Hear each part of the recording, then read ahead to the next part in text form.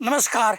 બી India news ચેનલના જનતા માગે જવાબમાં ફરી એક વખત અમે થોડા લાંબા સમય પછી આપની સમક્ષ હાજર થયા છીએ.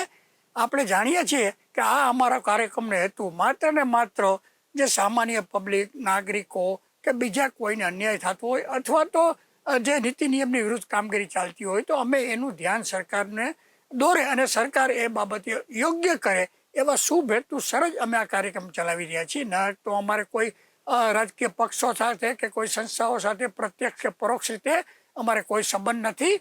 માત્ર ને માત્ર જનતાના હિતમાં જનતાના પ્રશ્નો અને જનતાની સમસ્યાઓ સરકાર ઉકેલે એવા એક શુભ હેતુસર અમે આ કાર્યક્રમ ચલાવી રહ્યા છીએ અને એ અંગે અમને પ્રજાનો ખૂબ જ સપોર્ટ મળી રહેલ છે. અમે અવારનવાર જુદા જુદા વિષયોને લગતા અત્યાર સુધીમાં 106 ઉપરાંતના એપિસોડોમાં અમે પ્રજાને લગતી સમસ્યાઓનો અમે સરકાર સમક્ષ રજૂઆતો મોકલી છે અને એના અનુસંધાને સરકારે કેટલીક સમસ્યાઓ ઉકેલવા પ્રયત્નો પણ કરેલા છે અને અમે એ માટે સરકારને અભિનંદન પણ આપીએ છીએ. આજે અમે જે વાત લાવવાના છીએ એ વાત એવી છે કે લશ્કરની અંદર અન્યાય થાય છે એવું એક જે ભારત સરકાર બિલ લાવવાની છે એની વાત કરવાની છીએ. ભારત સરકાર તો એમ કહે છે કે ના અમારે આમાં કોઈ અન્યાયની વાત નથી, પણ મૂળભૂત રીતે લશ્કરને અન્યાય થાય એવું ઘણા બધા તજજ્ઞોનું કહેવું છે અને એ બિલ હવે મને લાગે આવતા મહિને પાર્લામેન્ટમાં મુકાશે અને પછી એના ઉપર ચર્ચા થશે અને જો ભારત સરકાર ઈચ્છે તો એ બિલ પાસ પણ થઈ જશે. પણ મૂળ એ બિલના કારણે લશ્કરના લોકોને પગાર ધોરણ આર્થિક ને મોરલની રીતે ખૂબ જ નુકસાન થાય એવું છે. આપ સર્વે જાણો છો કે લશ્કર અત્યાર સુધી ભારતની અંદર સંપૂર્ણ બિનરાજ કર્યું છે.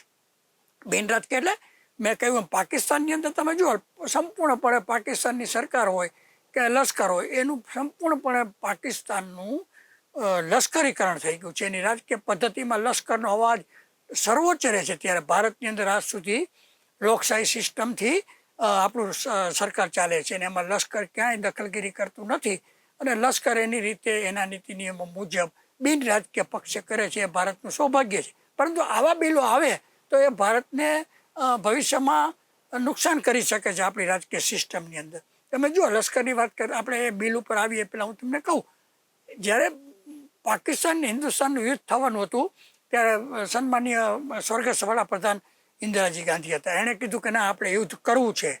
એ સમયે ન્યૂઝપેપરમાં સમાચારો પણ આવેલા હતા કે સર્વોચ્ચ વડા જે ભારતીય લશ્કરના હતા જનરલ માણેક શાહ એમણે સ્પષ્ટ કીધું હતું ઇન્દિરાજીને કે તમે યુદ્ધ કરવું છે એવું માત્ર નક્કી કરી શકો, પણ યુદ્ધ ક્યારે કરવું, કઈ પરિસ્થિતિમાં કરવું, કયા મહિનામાં કરવું, કઈ સિઝનમાં કરવું અને કયા હથિયારોથી કઈ બોર્ડર ઉપરથી શરૂ કરવું એ માત્ર લશ્કર કરી શકશે. કારણ કે લશ્કરનો એ અનુભવ અને લશ્કર એ રીતે સ્વતંત્ર છે અને ઇન્દિરાજીએ પણ એમને સન્માનપૂર્વક આ પાડી હતી. એટલે કહેવાનો અર્થ એમ છે કે ત્યારે પણ લશ્કર સ્વતંત્ર હતું, રાજકીયકરણ થયું નહોતું. એ પછી હમણાં જુઓ તમે છેલ્લે આ મુકુંદ નારવાણેની પુસ્તકે વિવાદ જગાવેલો છે કે સરકાર ભારતની હમણાં છેલ્લા સરકાર લશ્કરના નીતિ નિયમો મુજબ નિર્ણય નહોતી લેતી. એના પુસ્તક ભારતમાં તો પ્રતિબંધ છે પણ વિદેશમાં છપાઈ ગયું છે અને લોકસભાની અંદર વિરોધ પક્ષના સન્માનીય નેતા રાહુલભાઈ ગાંધીએ પણ એ પુસ્તક જાહેરમાં દેખાડેલું હતું કે આની અંદર પેલા સત્તાધારી પક્ષના ટીકાઓ કરેલી છે લશ્કરના વડાએ. એટલે અહીંયા મૂળ મુદ્દો એ છે કે લશ્કરનું રાજકીયકરણ ભારતમાં થવું જોઈએ નહીં. આપણે સર્વે જાણીએ છીએ કે તમે જુઓ કે આ બિપિન રાવત જે સ્વર્ગસ્થ એનો હેલિકોપ્ટર ક્રેશ થઈ ગયું છે એનો કેમ ક્રેશ થયો એનો રિપોર્ટ આજની તારીખે પણ બહાર પાડેલો નથી. એટલે લશ્કરી લોકોમાં શંકા કુશંકા સર્જાય તે પણ સ્વાભાવિક છે. છેલ્લા 15 વર્ષથી આવા નાના મોટા બનાવોને કારણે લશ્કરનું મોરલ ડાઉન થઈ રહ્યું છે. આજે એમાં એક વધુ આ બિલ આવે તો આઈપીએસ લોકો છે, ઇન્ડિયન પોલિટિકલ સર્વિસ કહેવાય છે ને મંત્રીઓના પાળેલા પોપટ જેવા ગણાય છે, એ આઈપીએસની નિમણૂકની વાતનું આ બિલ છે. એની વિસ્તૃત ચર્ચા આપણે આજે કરીશું. તમે સર્વે જાણો છો કે સચિવાલયની અંદર 11 વાગે કર્મચારી આવે, 12 વાગે ચા પીવા જાય, વળી 2 વાગે જમવા જાય, 4 વાગે 2-4 કાગળ કાઢે અને એર કન્ડિશન ચેમ્બરમાં બેસી 5:30 ઘર ભેગો થઈ જાય. તો એને 1-1 લાખ રૂપિયા પગાર હોય, એને કામ કરે કે ન કરે પ્રમોશનો હોય છે, બીજા લાભો હોય છે. ત્યારે આપણો લશ્કરનો સૈનિક, લશ્કરના અધિકારીઓ દુર્ગમ પહાડોમાં, નક્સલાઇટ એરિયાઓમાં, જંગલોમાં, ઠંડી પ્રદેશોમાં, ઉપર હિમાચલ પ્રદેશોમાં કુટુંબથી દૂર રહીને, જો આ બહુ મહત્વની બાબત છે કે એને કોઈ કુટુંબ જીવન જેવું હોતું નથી. વર્ષો સુધી જુદા જુદા આસામ, આમ જવા જાવ તો હિમાચલ, આ બાજુ રાજસ્થાન બોર્ડર, ગુજરાત બોર્ડર, ક્યાંય ને ક્યાંય ફરતા હોય છે કુટુંબથી અલિપ્ત રહીને. એ લોકોને પણ જ્યારે અન્યાયની વાત આવે ત્યારે આપણે એનો અવાજ સરકાર સુધી પહોંચાડવો જોઈએ. એ ભારતના નાગરિક તરીકેની દરેકની ફરજ છે અને એ ફરજના ભાગરૂપે આજે આપણે આ વાત કરશું. હું એમ કહેતો નથી કે ભારત સરકાર આ બિલ લાવી એ ખોટું છે કે સાચું છે, પણ જે લાગણી છે લશ્કરના લોકોની એ અમે અહીંયા વ્યક્ત કરીએ. સરકાર એની રીતે કરે છે, એનો અધિકાર છે, અને અમે મીડિયા તરીકે જે તટસ્થ અવલોકન કરીએ છીએ, લોકોના અભિપ્રાયો આવે છે, વિરોધ પક્ષના આવે છે, લશ્કરના નિષ્ણાતોની વાતો આવે છે, એની વાત મુજબ અમે અહીંયા રજૂ કરશું. આપ સર્વે જાણો છો કે વર્ષો પહેલાં ભારત સરકારના આઈપીએસ અધિકારીઓએ તેમની કેડરને આઈએસ સમકક્ષ કરવાની માગણી કરેલ હતી, પરંતુ ભારત સરકારે તેની નોંધ લીધી નહીં. આ દેશમાં સૌથી વધુ વહીવટી સત્તા કે શક્તિ આઈએસ અમલદારો પાસે છે. એમ તો ભારત સરકારની લગભગ 29 વહીવટી કેડરો છે, પરંતુ મોટા ભાગે આઈએએસ સૌથી વધુ પાવરફુલ ગણાય છે. સમગ્ર ભારતમાંથી દર વર્ષે 10 લાખથી વધુ શિક્ષિત યુવાનો આ માટેની પરીક્ષામાં બેસે છે અને તેમાંથી લગભગ 150 થી 200ની પસંદગી આઈએસ તરીકે કરવામાં આવે છે. આ બધી વાતો વિસ્તૃતપણે હવે પછી કરીશું, પરંતુ આજે ઇન્ડિયન પોલીસ સર્વિસ એટલે કે આઈપીએસને આઈએસ સમકક્ષ કરવાની તેમની મુરાદ તો પૂરી થઈ નથી, પરંતુ તેઓ ભારત સરકારના સેન્ટ્રલ આર્મડ પોલીસ ફોર્સમાં ઘૂસવામાં સફળ થયા છે. સીએપીએફ એટલે કે સેન્ટ્રલ આર્મ પોલીસ ફોર્સિસ, તેના જેવી સીઆરપીએફ, સીબીઆઈએસએફ, આઈટીબીપી અને એસએસબીમાં આઈજી એટલે કે ઇન્સ્પેક્ટર જનરલ પોલીસ તરીકે આઈપીએસ અધિકારીઓને મૂકવા માટે કેન્દ્ર સરકારે central arm police general administration bill 2026માં પાર્લામેન્ટમાં રજૂ કરેલ છે. તે અંગે વિવિધ લશ્કરી આર્મડ ફોર્સમાં ઉગ્ર નારાજગી સર્જાયેલ હોવાનું જાણવા મળે છે. આવું બિલ માર્ચ 2026માં ભારત સરકારની કેબિનેટમાં મંજૂર કરવામાં આવેલ છે અને હવે રાજ્યસભા અને લોકસભામાં પણ આ બિલ પાસ કરવા માટે ટેબલ પર મૂકવામાં આવેલ છે. હવે આ બિલ મુજબ ઇન્સ્પેક્ટર જનરલ એટલે કે આઈજી રેન્કની કુલ પોસ્ટ જે વિવિધ લશ્કરી સેવાઓમાં છે, તેમાં 50% જેટલી જગ્યાઓ આઈપીએસ અધિકારીઓને શરૂઆતમાં ડેપ્યુટેશનના ધોરણે મૂકવા માટે અનામત રાખવામાં આવશે. એટલે કે અહીંયા આઈપીએસની નિમણૂક લશ્કરના બદલે કરવામાં આવશે. સાદી ભાષામાં લશ્કરની વિવિધ કેટલીક કેડરમાંની 50% જેટલી જગ્યાઓ કે પોસ્ટ ઉપર આઈપીએસ અધિકારીઓની નિમણૂક કરી શકાશે, જે અત્યાર સુધી થઈ શકતી નહોતી. એવી જ રીતે એડિશનલ ડીજીની પોસ્ટમાં 67% સ્પેશિયલ ડીજીની અને ડીજીની પોસ્ટમાં 100% પોસ્ટ આઈપીએસના અધિકારીઓથી ભરી શકાશે. જ્યારે ડીઆઈજી લેવલ પર આઈપીએસ ડેપ્યુટેશન રદ કરવામાં આવશે, જે 20% હતું. મૂળ તો 2025માં ભારતની સુપ્રીમ કોર્ટ દ્વારા સેન્ટ્રલ આર્મ પોલીસ ફોર્સિસ એટલે કે સીપીએફ અધિકારીઓને ઓર્ગેનાઇઝેશન ગ્રુપ એ સર્વિસ એટલે કે ઓજીએસનો દરજ્જો આપેલો અને 2 વર્ષની અંદર આઈપીએસને ડેપ્યુટેશનના આઈજી સુધીની પોસ્ટ પર પ્રગતિશીલ રીતે ઘટાડવાનો આદેશ આપેલો. અને સાદી ભાષામાં લશ્કરની કેટલીક કેડરમાં આઈપીએસના આઈજી સુધીની પોસ્ટને રદ કરવાનું સુપ્રીમ કોર્ટે જણાવેલું હતું. સુપ્રીમ કોર્ટે કીધું કે લશ્કરમાં આઈપીએસ ન જોઈએ, પરંતુ ભારત સરકારે સુપ્રીમ કોર્ટના ઓર્ડરનું પાલન કરવું પડે નહીં અને પોતાની ઈચ્છા મુજબ લશ્કરમાં પણ પોતાના વફાદાર આઈપીએસને ગોઠવી શકાય તેવા શુભ હેતુસર આ બિલ તૈયાર કરવામાં આવેલ છે. લશ્કર સીએપીએફ અધિકારીઓની ફરિયાદ છે, લશ્કરના આ અધિકારીઓની, કે આઈપીએસ અધિકારીઓ સીધા આવીને તેમની કેડરની ટોપ પોસ્ટ પર બેસી જાય છે. તેથી તેમના પ્રમોશનો અને કારકિર્દીને ગંભીર નકારાત્મક અસર પડે છે. આઈપીએસને લશ્કરમાં મૂકવાથી લગભગ 12,000 જેટલા લશ્કરના અધિકારીઓને આર્થિક અને પ્રમોશનમાં નુકસાન થાય તેમ છે. સુપ્રીમ કોર્ટે તો આ જીએસ સ્ટેટસ આપીને OSGS સ્ટેટસ આપીને CAPF અધિકારીઓને સમાન તક આપવાનો આદેશ આપેલો હતો સુપ્રીમ કોર્ટ લશ્કરની ફેવરમાંથી, પરંતુ કેન્દ્ર સરકાર તેનો અમલ કરવો પડે નહીં તે માટે આ બિલ લાવેલ છે. IG કક્ષાએ 50% પોસ્ટ IPS માટે અનામત રાખવામાં આવે એટલે સેન્ટ્રલ આર્મ પોલીસ ફોર્સના અધિકારીઓના પ્રમોશન અટકી જાય છે. આથી તેમના મોરલ પર પણ ગંભીર અસર સર્જાઈ શકે છે.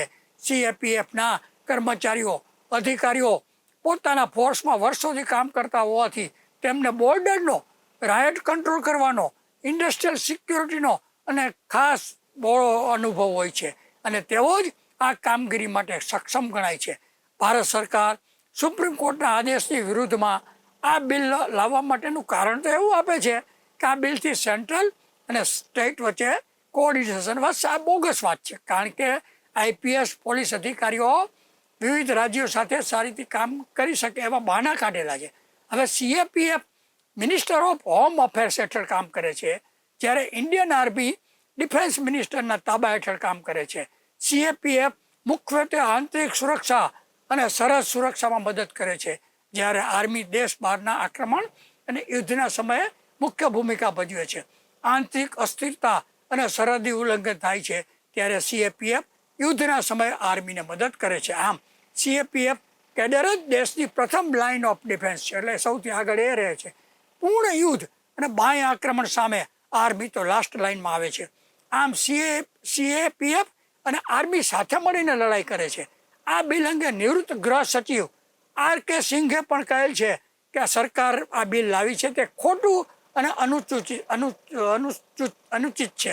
આમ IPS અધિકારીઓ પેરાશૂટિંગની જેમ એટલે ઉપરથી ઉડીને સીધા લશ્કરની સીધી ઊંચી પોસ્ટ પર ચડી બેસવા ઈચ્છે છે. ખરેખર તો IPS અધિકારીઓને જે તે રાજ્યોની કાયદો અને વ્યવસ્થાના અનુભવ હોય છે. લશ્કર અને આર્મીના વગેરે અનુભવ હોતા નથી. સરકારને ઓર્ગેનાઇઝેડ ગ્રુપ એક સર્વિસ એટલે કે CAPFના અધિકારીઓ કરતાં IPS ઉપર પ્રેમ કેમ આવ્યો વધારે? કેમ કે ત્યાંના લશ્કરના અધિકારીઓ એવું માને છે કે તેમના અધિકારીઓને સરકાર મેનેજ કરી શકતી નથી, ત્યારે IPS અધિકારીઓને મેનેજ કરવા બહુ સરળ છે. આપ સર્વે જાણો છો કે IPS એટલે ઇન્ડિયન પોલિટિકલ સર્વિસ. IPS અધિકારીઓને સરળતાથી ખરીદી શકાય છે. CPFના અધિકારીઓ જેઓ બોર્ડર પર લડતા હોય છે તેમને લાગે છે કે તેમના માટે ફોર્સનું સર્વોચ્ચ પદ તો IPSને મળવાનું છે, તેનાથી તેમનું નૈતિક મોરલ તૂટી જાય છે.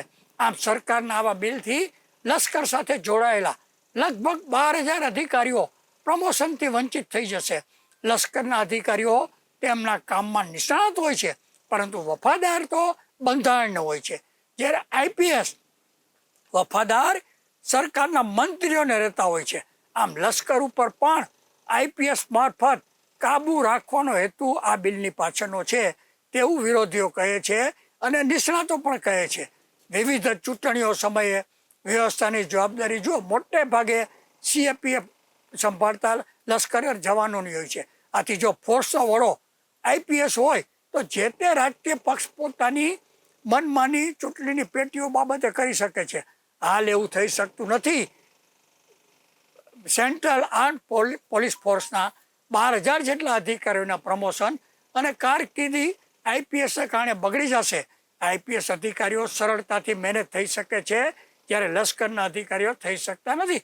અહીંયા એક બીજી મહત્વની વાત તમને હું કરી દઉં કે જે લશ્કરની વાત છે એ એટલા માટે બધા દેશના નિષ્ણાતો, બુદ્ધિશાળી લોકો, લશ્કરના પૂર્વ સૈનિક અધિકારીઓ થોડા ચિંતિત એટલા માટે છે કે જો આવું બિલ આવે અને લશ્કરની વિવિધ પાંખોમાં 50% જેટલા IPSને 5 વર્ષ કે 10 વર્ષ માટે ડેપ્યુટેશન પર બેસાડવામાં આવે તો લશ્કરના અધિકારીઓને 12,000 જેટલાને તો નુકસાન થાય છે, અલગ વસ્તુ છે, પરંતુ એનાથી લશ્કરનું સંપૂર્ણપણે રાજકીયકરણ થવાની પૂરી સંભાવના અને પૂરો ડર છે.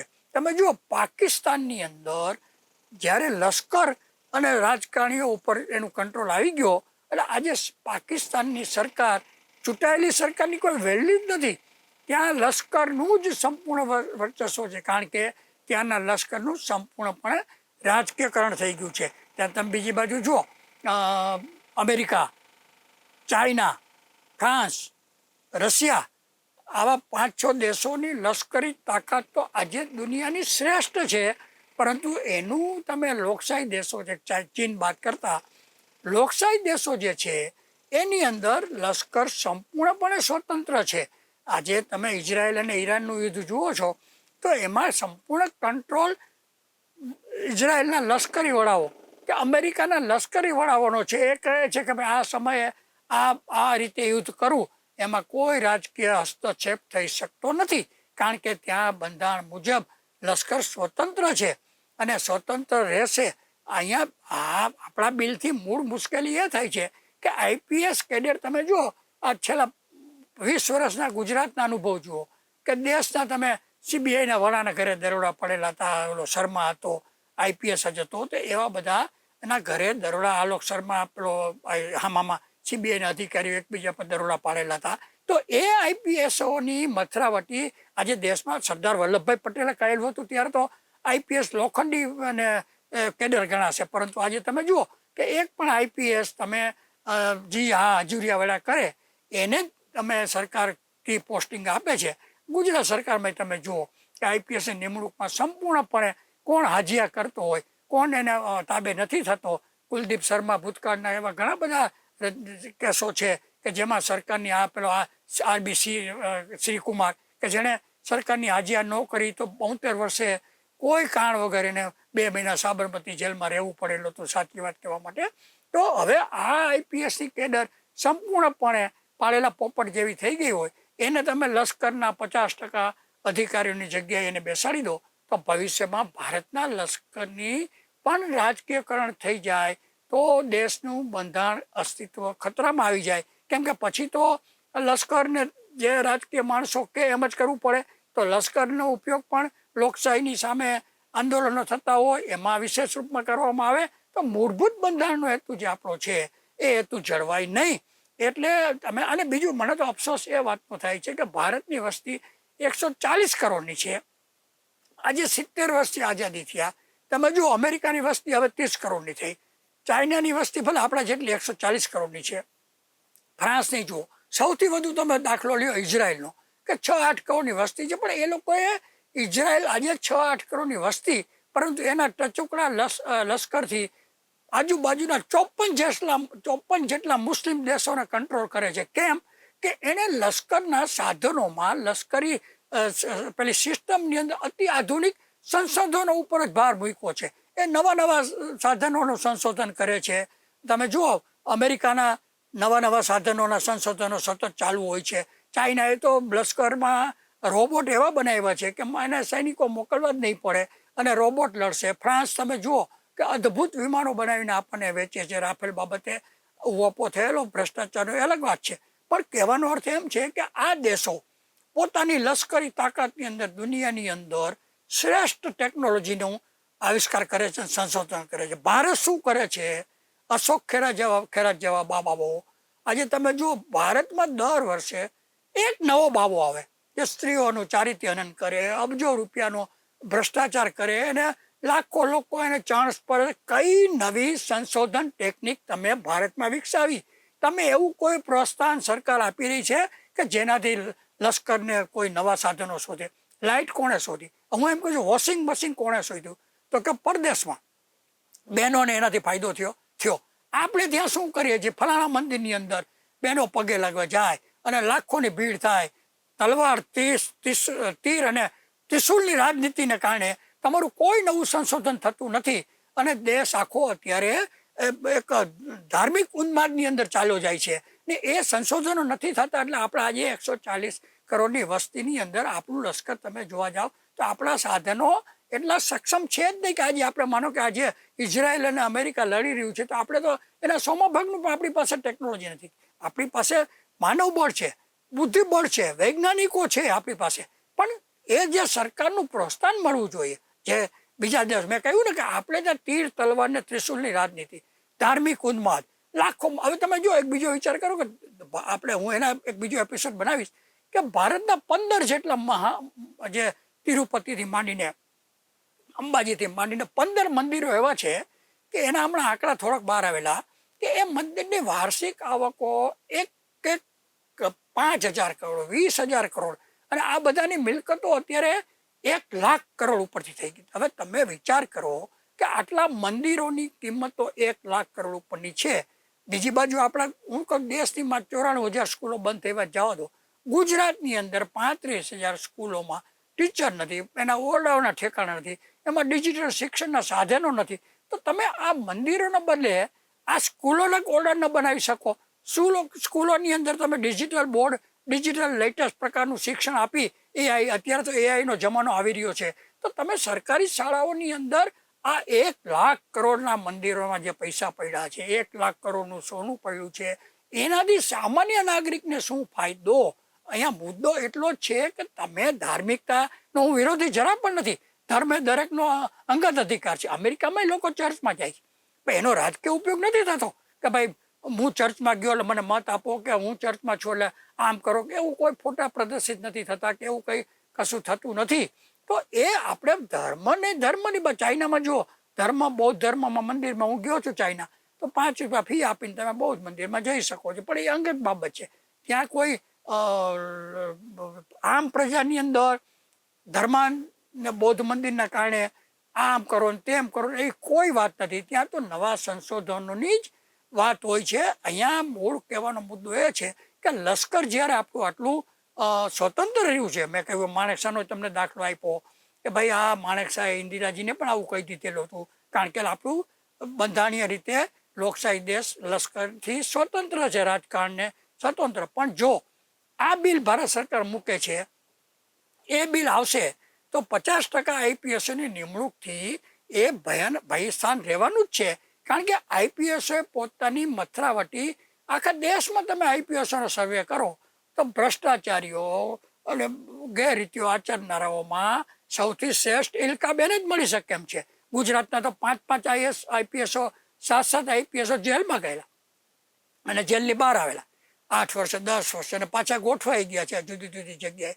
તો આ આઈપીએસો પાસે તમે એવી કેમ અપેક્ષા રાખો કે લશ્કરમાં જાય તો લશ્કરને સ્વતંત્ર રહેવા દેશે? અને હું તો એમ કહું છું કે ભાઈ આ લશ્કરના અધિકારીઓ સ્વતંત્ર છે જ અને સ્વતંત્ર રહ્યા છે, એમાં શા માટે સરકારે દખલગીરી કરવી જોઈએ? લશ્કર જ એવું એક આપણું પાસું છે કે તમે શાંતિથી સૂઈ શકો છો અને લશ્કર બોર્ડર ઉપર નક્સલાઇટ એરિયામાં કે તમે જો પૂર આવે, અતિવૃષ્ટિ આવે તો એમાં લશ્કરના જ સૈનિકો આવે છે. આપણી કંઈ અહીંયા એસીબીની ઓફિસની સામે ઊભી રહેલી પોલીસ છે 5 રૂપિયા ઉઘરાવતી. ક્યારે તમે જોયું કે આ અતિવૃષ્ટિમાં કે ધરતીકંપ આવે ત્યારે તો આ બધા લશ્કરના, કેમ કે એ લોકોને સ્પેશિયલ તાલીમ આપવામાં આવે છે.